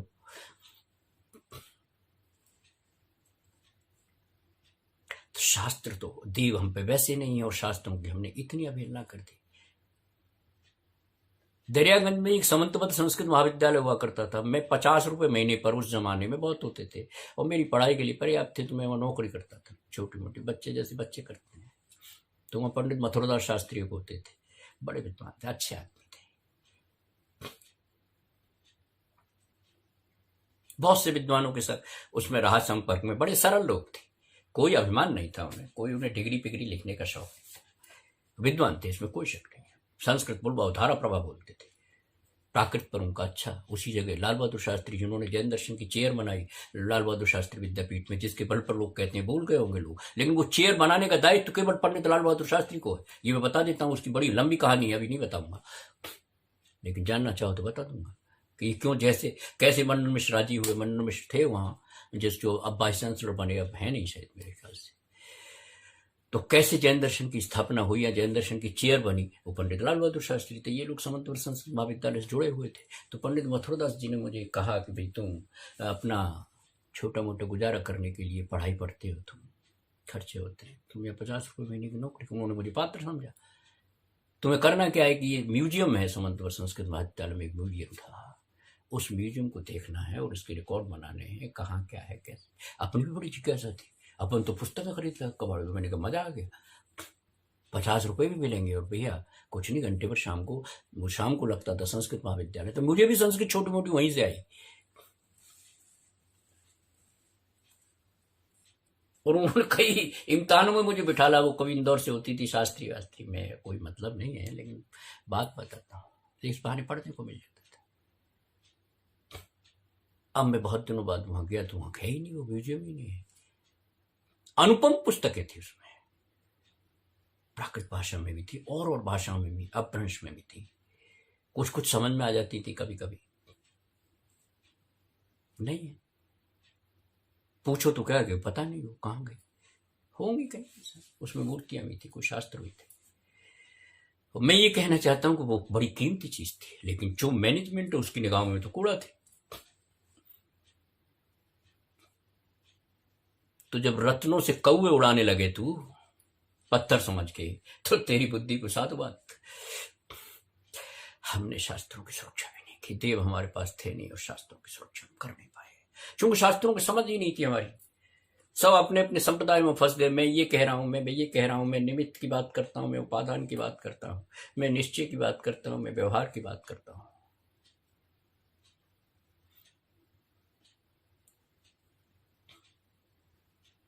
लाखों श्लोकों के महाभारत सबसे बड़ा है। महाभारत में संस्कृत के 1 लाख श्लोक हैं, उससे बहुत बहुत ज्यादा श्लोक है हमारे यहाँ। श्लोकों की संख्या पर मैं नहीं जा रहा, ना उसमें कोई बहुमान कर रहा हूं, लेकिन बहुत शास्त्र हैं, बर्बाद करती है। और अब कहते हो कि गिरनार के लिए कोई सबूत चाहिए। वो आदमी जो लंदन से आया था और उसे पुस्तक नहीं मिली, क्या गुजरी होगी, वो केवल एक अच्छा विद्वान ही समझ सकता है, जिज्ञासु समझ सकता है। कितनी पीड़ा हुई होगी उस आदमी को कि कमाल है। हो सकता है उसने न कहा हो आपसे, अज्ञानी हो कोई, ठीक है, उसने इग्नोरेंस समझ लिया, चलिए। और बताऊं कहानी क्या है। जो सबसे अच्छे मैनेजमेंट के लोग हैं, उन्होंने कहा भाई देखो ऐसा है, इसको जमुना में नहीं बहाना, क्योंकि जमुना बहुत गंदी हो गई है।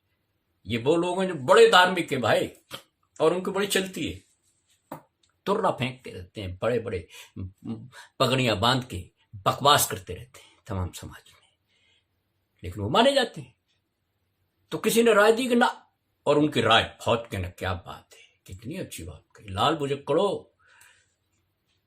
अज्ञान को अपने को पहचानो, लाल बुझक्कड़ होते थे पहले, कुछ नहीं जानते थे।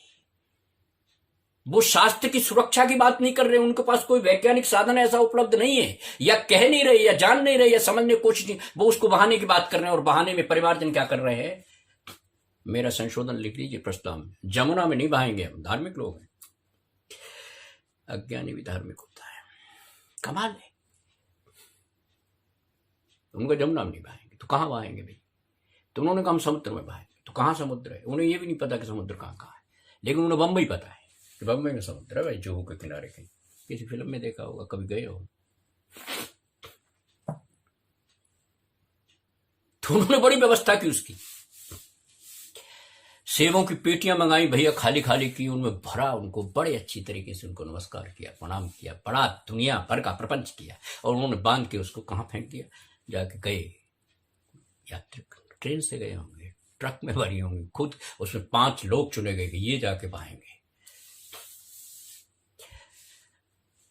इस तरह का समाज है तो शास्त्र सुरक्षित रख पाएंगे।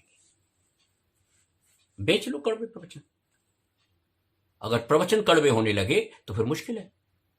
लेकिन दिक्कत क्या हो गई है कि समूचा अगर रेगिस्तान हो, समूचा राजस्थान हो, तो उसमें एक बबूल का पेड़ किसी काम नहीं आता, सिवा शमशान घाट में आता उसकी लकड़ी काम आती है, या हड्डियों को साफ करने के लिए उसकी लकड़ी काम आती है, जिसको आप कभी कभी तौन कर लेते हैं, बाकी कांटे होते हैं वो बबूल। ये बबूल की लकड़ियां समाज को चला रही हैं, दिक्कत यह है। और तमाम रेगिस्तान है, राजस्थान है, उसमें बबूल का पेड़ भी सारा पेड़ है। वृक्ष और पेड़ का मतलब तो होता है जो पीड़ा दे, और बबूल का पेड़ उस श्रृंखला में आता है, और वृक्ष तो छाया देता है, तो उसको भी वृक्ष समझ लिया गया। मुश्किल हो गई।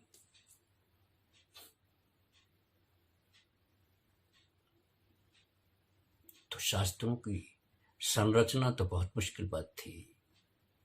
गौतम गणधर की बात षट खंडागम के रूप में कितना संघर्ष किया मुनियों ने किया था वो, और वो किसी लोधी कॉलोनी में नहीं रहते थे, उनके कोई घर बार नहीं थे। सच्ची बात, किसी भी जंगल में बैठ के एक छोटी मोटी किसी श्रावक ने झोपड़ी बना दी, लिखते रहे।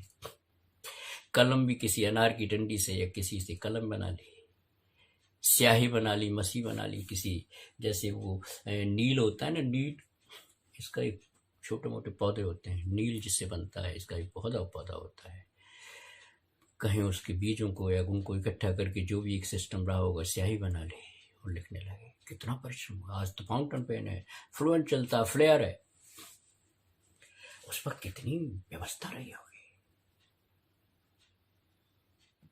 समाज किस लोगों के हाथ में चला गया। मैं तो कहता हूं कभी कभी कि ना भाई, ये जो सरकार चलती है ना, इसमें खाद्य मंत्रालय अगर किसी को देना है तो वो सिखों को दे दो, जो उनकी रग में बसा हुआ है लंगर।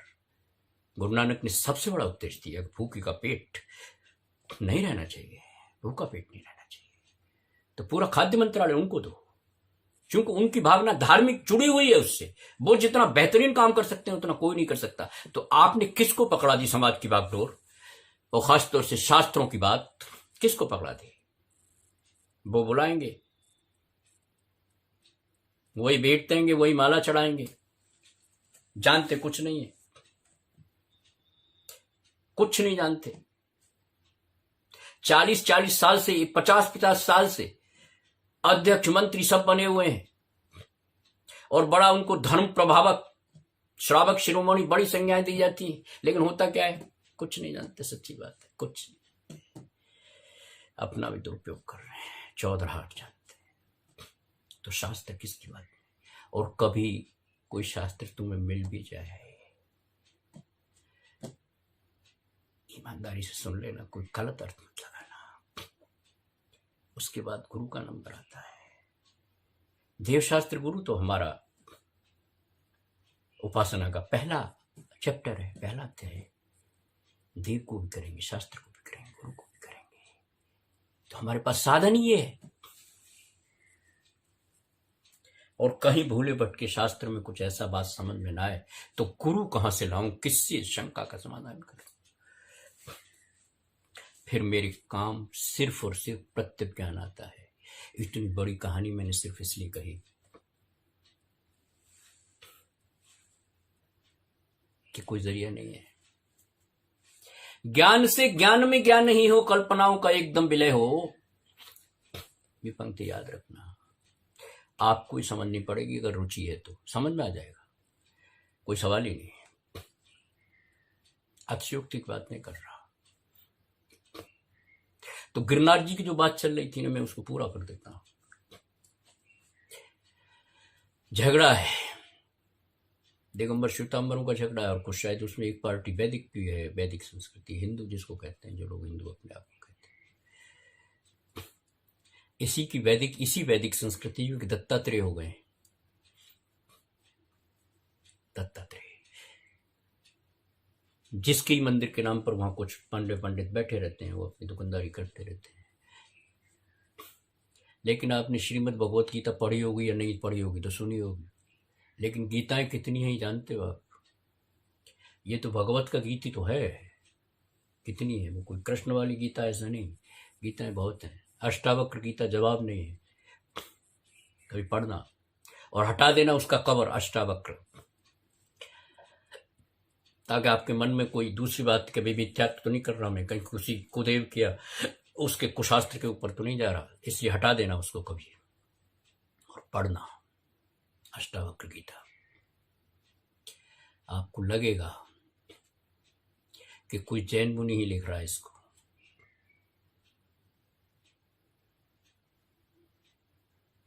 किससे बात कर रहा है अष्टावक्र? जनक से बात कर रहा। और जनक किस वंश के थे? जनक के वंश में तो नमिनाथ हुए ना हमारे 21वें तीर्थंकर।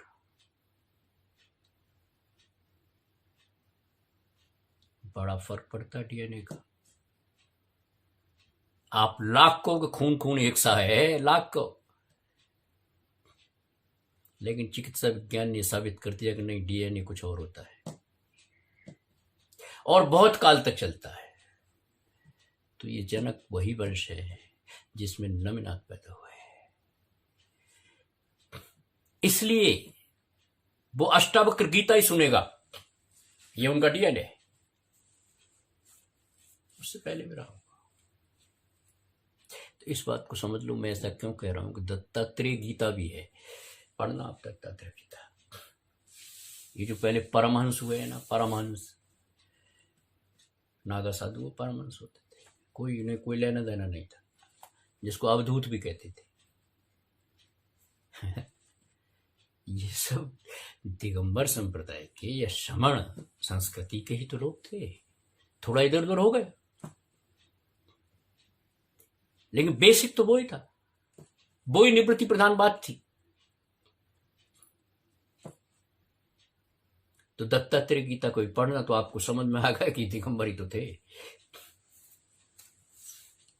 झगड़े में पड़े हुए कह दो ना अदालत में जाके कि मुझे तो सिर्फ ये सिद्ध करना है कि दत्तात्रेय खुद ही तो दिगंबर थे।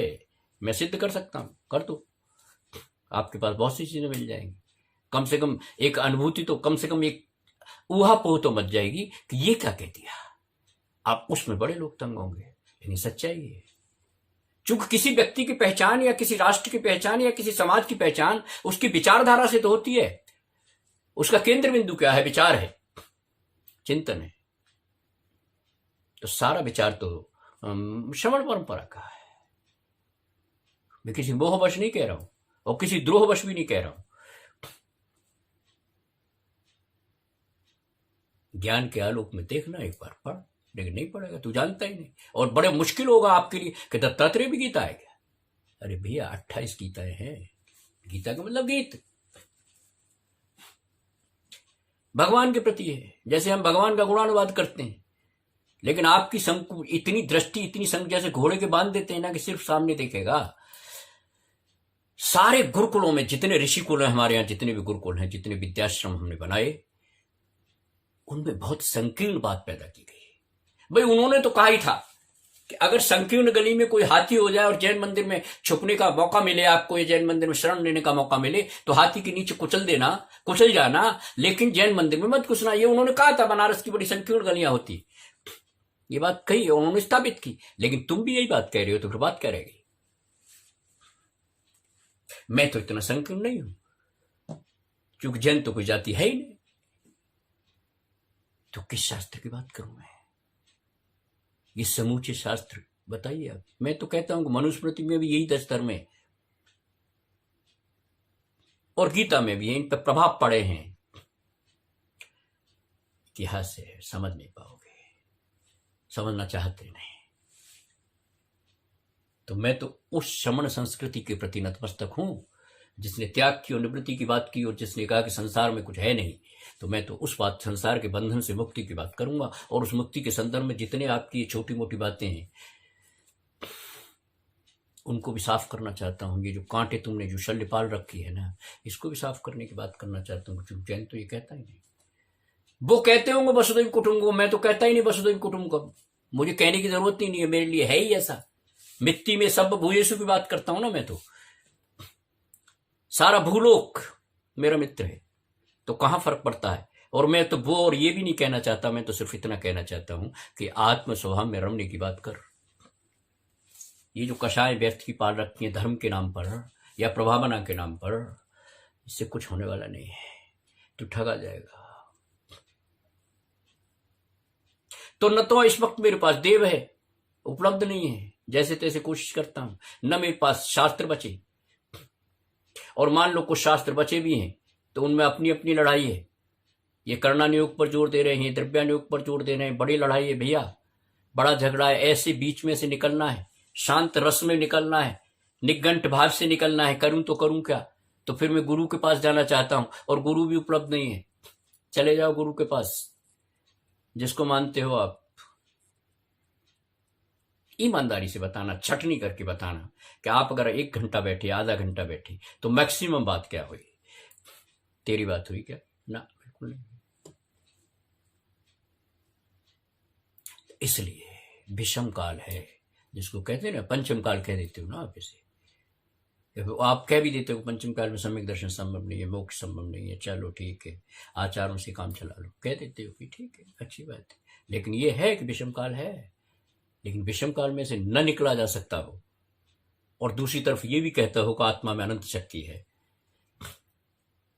ये दोनों विरोधाभास की बातें नहीं चल सकती।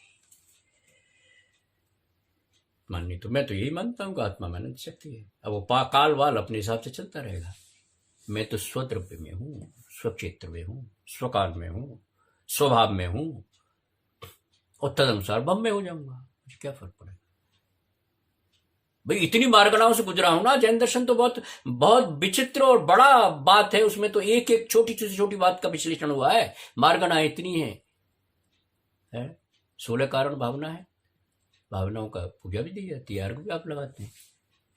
और सबसे पहली भावना कौन सी? दर्शन विशुद्धि शर्त है ना सम्यक दर्शन की। सबसे पहले अपना कंसेप्ट तो, परसेप्शन तो क्लियर करेगा, उसको विशुद्ध करेगा, तभी तो आगे बढ़ेगा। तेरा दर्शन ही अगर विकृत है तो 16 क्या 28 कर लियो, क्या फर्क पड़ेगा। क्या फर्क पड़ेगा। आचार्य को बार बार कहना पड़ा संबुज्जय जंतवो। और कभी कभी मुझे आपत्ति भी होती है कुछ कि भाई जंतवो क्यों कहा, क्या ये जंतु से संबंधित तो नहीं है। जीवों को नहीं कहा, लेकिन जंतवो जीवों को एक ही बात है। चलिए, आचार्यों ने कहा है, करुणा भाव से कहा होगा, मेरी बुद्धि में कोई भ्रम आ गया होगा, छोड़िए। और आचार्यों की तो इतनी बड़ी परंपरा है, आचार्यों को तो इतना उदार दिल है कि कभी आपसे वाद विवाद किसी विषय पर हो जाए और किसी विषय पर कुछ ऐसा हो जाए कि नहीं, जिनवर ये कहता है और आप कहने लगे नहीं ऐसा है, तो अच्छे आचार्य क्या कहते थे कि ये बात चलो छोड़ो, इस बात को केवली पर छोड़ देते हैं, चलो आगे बढ़ो। अरे कोई आग्रह थोड़ी है। अनेकांत इसलिए तो उन्होंने कहा अनेकांत। अनेकांत कोई सिद्धांत थोड़ी है, कोई आत्मा का सिद्धांत थोड़ी अनेकांत। अनेकांत उस दुराग्रह से, आग्रह से बचने का एक साधन है। उन्होंने कहा भाई देखो ये पॉइंट ऑफ व्यू है और ये शैली है, शायदवाद है, और ये बात माननी पड़ेगी, कॉम्प्लेक्सिटी ऑफ ह्यूमन नेचर है। अलग अलग पर्याप्त, अलग अलग लोगों के पास संपदाएं हैं तो उस संपदा के हिसाब से वो सोचता है। उसके पास पूर्वाग्रह भी, दुराग्रह भी। जब अदालत में न्याय करता था तो अंग्रेजों की एक भाषा होती थी कि मैं एक एप्लीकेशन दे रहा हूं, मैं एक प्रेयर कर रहा हूं, तो उसके सबसे ऊपर लिखा जाता था विदाउट एनी प्रेजुडिस, यानी मैं किसी पूर्वाग्रह से ग्रसित नहीं, बहुत ईमानदारी से बात कर रहा हूं। तो ये बात भले ही सांकेतिक भाषा में होती हो, लेकिन सच्चाई ये है कि पूर्वाग्रह मुक्त तो हो, दुराग्रह मुक्त तो हो, और कहीं ऐसा न हो सके तो जिनवर ने तो आज्ञा दी, आचार्य ने आज्ञा दी कि भैया इस बात को केवल ही पर छोड़ देते हैं। बुद्ध ने उसको कहा अव्याकृत प्रश्न। कुछ ऐसे प्रश्न हैं जिनको छोड़ दो, वरना तो बड़ी समय खराब होगा। कोई फायदा नहीं होता। ये सृष्टि कैसे बनी, किसने बनाई, रचयिता कौन है, ये उन्होंने 28 या 26 सवाल हैं जो अव्याकृत प्रश्न हैं, ये इनको छोड़ो आप, क्योंकि इसको सुलझाते सुलझाते जिंदगी अनसुलझी रह जाएगी, तेरी आत्मा अनसुलझी रह जाएगी, तेरे बंधन की जो यात्रा है, जो बंधन से मुक्ति की तरफ यात्रा है, वो यात्रा उलझी रह जाएगी। इसलिए छोड़ो, ये अव्याकृत प्रश्न है। और जैन आचार्यों ने कहा कि इसको केवल पर छोड़ देते हैं। सुलझाने के बहुत साधन है, लेकिन इस तमस के युग में, इस अंधेरे के युग में करें तो करें क्या। इसलिए जो भव्य जीव हैं, जो समझदार लोग हैं, जो बार बार इस बात को संबुझे जंतुओं को याद रखते हैं, सावधान में क्षणबंतु को याद रखते हैं, वो इन कचरों में नहीं पड़ते। पढ़ना भी नहीं चाहिए। संसार वैसे ही बहुत बड़ा है, बड़ा जटिल है?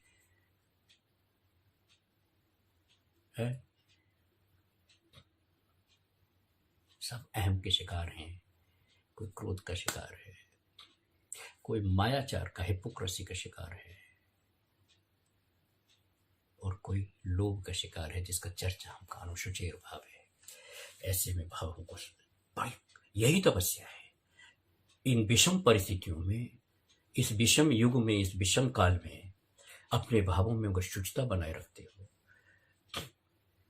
मार्तव भाव का नम्रता बनाए रखते हो, क्षमाशीलता बनाए रखते हो, मानवीय गुण है सारे, और ऋजुता बनाए रखते हो, सरलता बनाए रखते हो अपने चित्त में, अपने भाव में, बहुत है। और तपस्या में इसलिए कह रहा हूं कि इस विषम काल में कर रहे हो तो बहुत है। देव ढूंढने से नहीं मिलता है ही नहीं, अभाव है। तो फिर मैं देव को जानूंगा कैसे? शास्त्र के माध्यम से जानूंगा। कितने गुण होते हैं, कौन कौन से गुण हैं, जानूंगा ना। अपने स्वभाव को शास्त्रों के माध्यम से तो समझूंगा ना। और जब उसमें कोई शंका हुई तो गुरु के पास जाऊंगा, और मेरे पास देवों का अभाव है।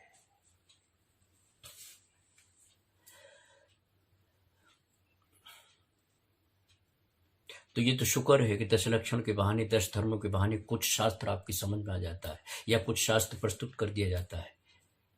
क्योंकि जो शास्त्री आया हुआ, जो प्रवचन करता हुआ है, वो सोचता है कि चलो कुछ तो कहूँ, क्योंकि बाद में मेरा तिलक होने वाला है। मैं किसी की भावना पर चैलेंज नहीं कर रहा हूँ, लेकिन सच्चाई तो यही है। आप किरनार जीतना चाहते हैं और शास्त्र को समाप्त कर देना चाहते हैं, प्रवाहित करना चाहते हैं, तो कैसे बात बनेगी? उस जमाने में जो जैन विद्वान थे, सब, कोई बैरिस्टर था, कोई मुख्तार था, जिन्होंने संसार की सारी चीजें जान रखी थी। बैरिस्टर चंपत राय जी होते थे, जो कि आज जैन महासभा है, या उस वक्त कोई जैन महासभा रही होगी, उसके पहले प्रेसिडेंट थे। और उन लोगों की समस्त की प्रेरणा और सहयोग से श्रुत पंचमी मनाने का अवसर मिला। तो ये चलता रहेगा। ये अच्छे लोग हैं, ऐसा नहीं है, लेकिन ज्यादातर विषम काल है। तो ऐसी स्थिति में क्या करो? ढूंढ लो गुरु, कहां से मिल जाएगा। तो फिर उसके बाद क्या होता है? ये सब तो आपने वर्णन कर दिया, बड़ी अच्छी बात है। एक ऐसी जानकारी दे दी जिसकी कोई ज्यादा जरूरत नहीं थी, क्योंकि दत्तात्रेय को मैं तो मान नहीं था कि ये दिगंबर जन्म नहीं हो सकता है। चलो कोई बात नहीं, कोई मानेगा, कोई नहीं मानेगा, कोई कुछ बात कहेगा, कोई कुछ बात कहेगा, क्योंकि नई बात है, इसलिए इसमें बहुत सी प्रश्न खड़े हो जाएंगे। लेकिन गीता 24-28 है, ये तो सभी जानते हैं, जानना चाहिए। और अष्टावक्र गीता को अगर पढ़ोगे तो कम से कम नवेनाथ के वंशज को तो आप जान जाओगे, नवेनाथ कटिया ने क्या था, कौन सी प्रकृति थी, ये तो जान जाओगे। तो इतनी सब बातों में कुछ चीजें तो हैं। अब क्या बचता है?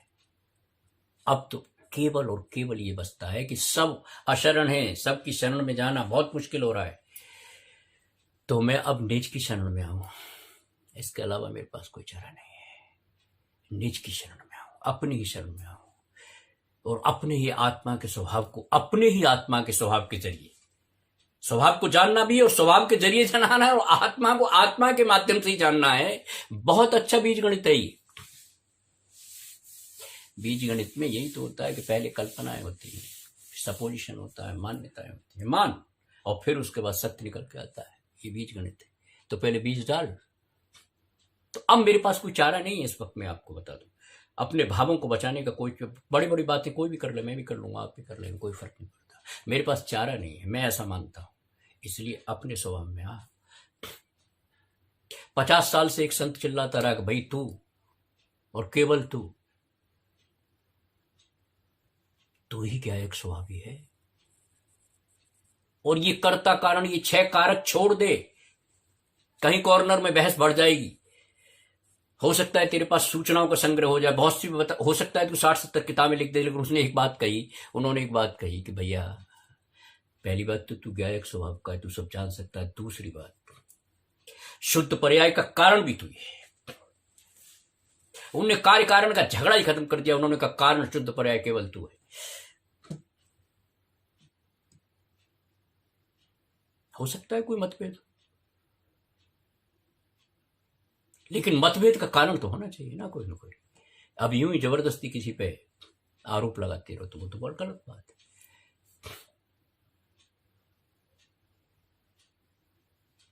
आत्मा की बात तो निश्चय से हो सकेगी, व्यवहार से बात हो नहीं पाएगी। इसलिए नहीं हो पाएगी कि व्यवहार इतना विस्तरित है, ये संसार इतना विस्तरित है कि व्यवहार की बात करते करते तू व्यवहारी तो बन जाएगा, लेकिन संसार का व्यवहारी बन जाएगा। तुझे आत्मा से व्यवहार करना है और वो उसका जरिया ही निश्चय है। निश्चय व्यवहार पर व्यवहार बहुत आवश्यक। व्यवहार की बात की कुंदकुंदाचार्य ने, क्यों नहीं की?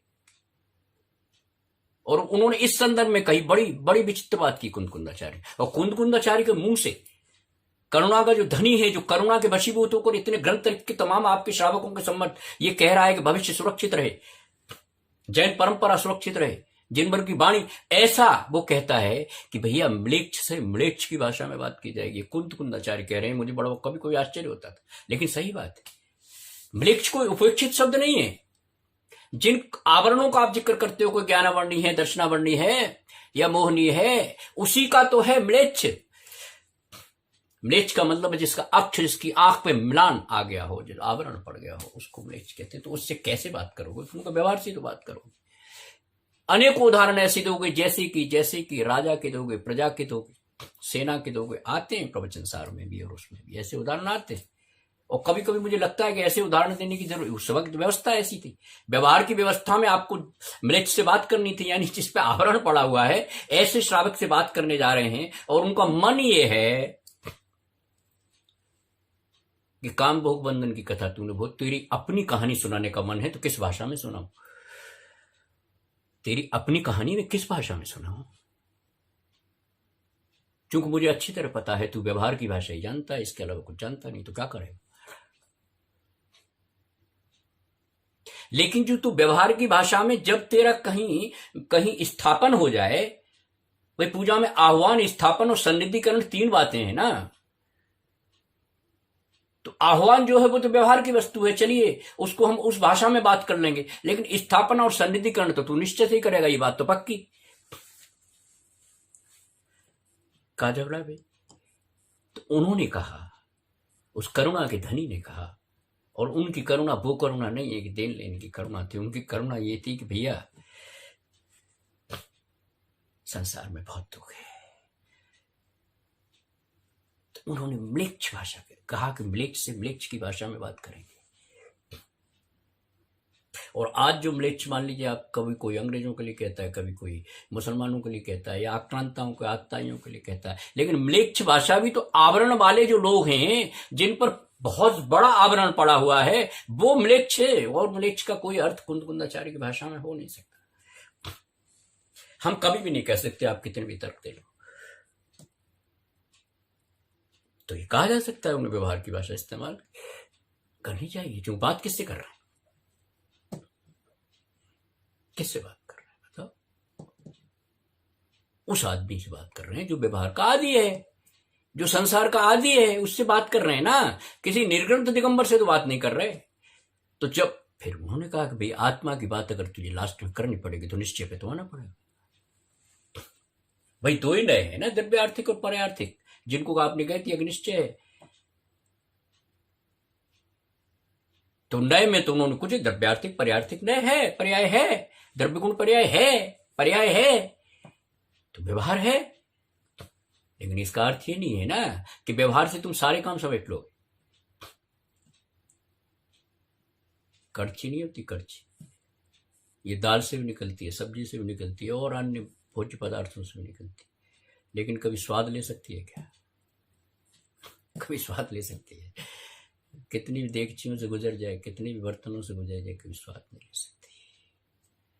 जीवंतता नहीं है ना उसमें, नहीं ले सकती।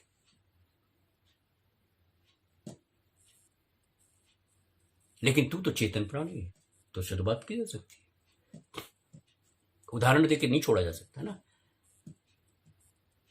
इसलिए बात आई कि म्लेच्छ से म्लेच्छ की भाषा में बात करेंगे।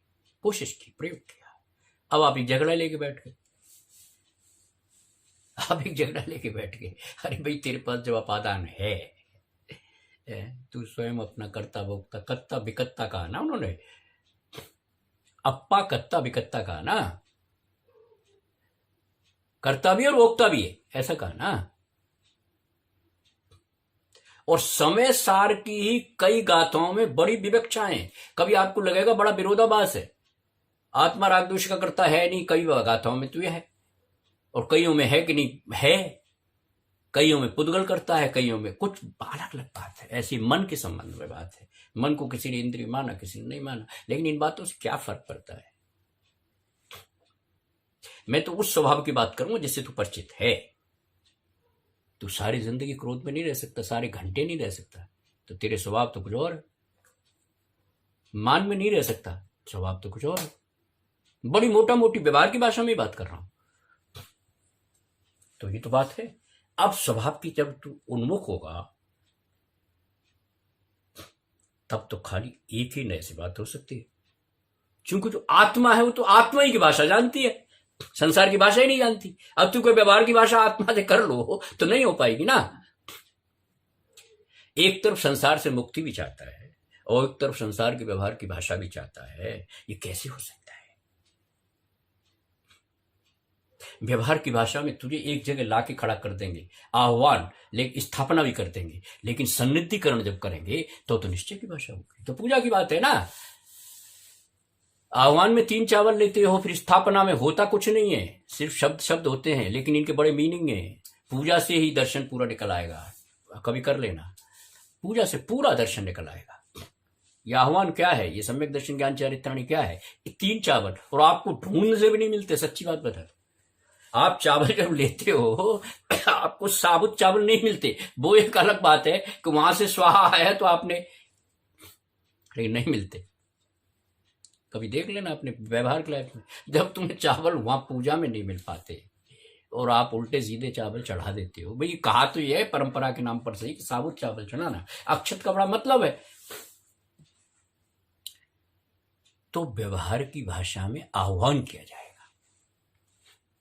और निश्चय की भाषा में सानिध्य किया जाएगा, कोई झगड़ा नहीं है।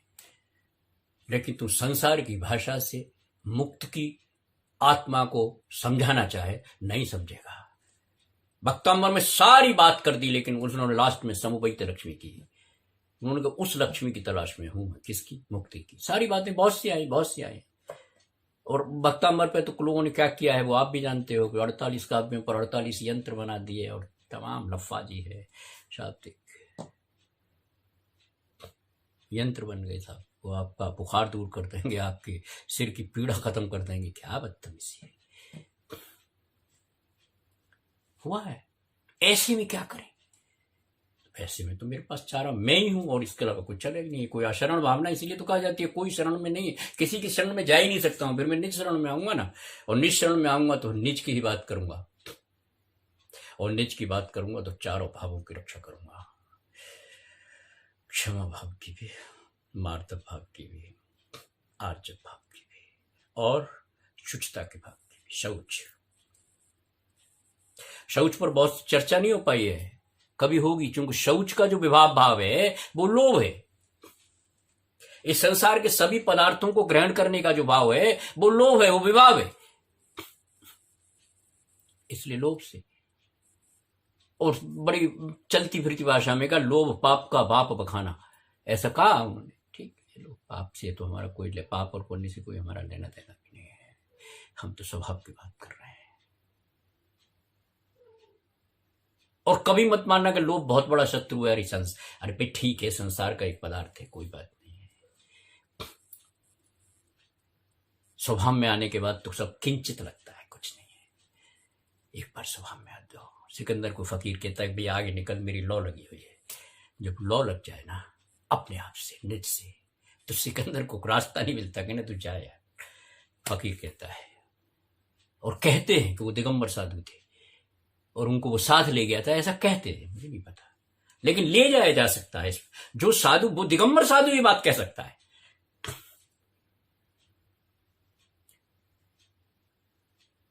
वेश उसका कुछ भी हो, क्या फर्क पड़ता है, चेहरा कुछ भी हो, लेकिन दिगंबर ही कह सकता है जिसको किंचित मात्र भी लगाव नहीं है, संसार से विरक्त है, कोई गांठ नहीं है, वही कह सकता है, वही कह सकता है। तो जब लो लग जाए तो कैसा लो भैया, छोड़ना मत, क्रोध है, मान है, क्या है, लो लग जानी चाहिए। निज स्वभाव में रुचि होनी चाहिए, उसका रिकॉग्निशन होना चाहिए, फिर रियलाइजेशन होना चाहिए, फिर नोइंग होनी चाहिए। ये सब बातें अपने स्वभाव किया जाए तो कषाय कुछ नहीं है। कषायों को भी क्रिएट की है अनंतानुबंधी, प्रत्याख्यान, प्रत्याख्यान, संजुलन, समय रहते सबकी चर्चा हो जाएगी, क्योंकि बड़ा बारीक बारीक विश्लेषण है। बाहुबली खड़े रहे ना साल भर, क्या फर्क पड़ेगा, शल्य जब तक नहीं निकलेगी तब तक कुछ होने वाला नहीं है। प्रणाम कर सकता हूं, वंदना कर सकता हूं, उनको तपस्या कह के मैं सब कुछ कह सकता हूं, साक्षात कामदेव में कह सकता हूं, लेकिन जब तक शल्य नहीं निकलेगी, केवल ज्ञान की उपलब्धि नहीं होगी। ये न्याय का शास्त्र है, जैन शास्त्र है, जिनवरों को कहा हुआ शास्त्र है। इसमें कोई बेईमानी नहीं होगी, कोई लाग लपेट नहीं होगी, कोई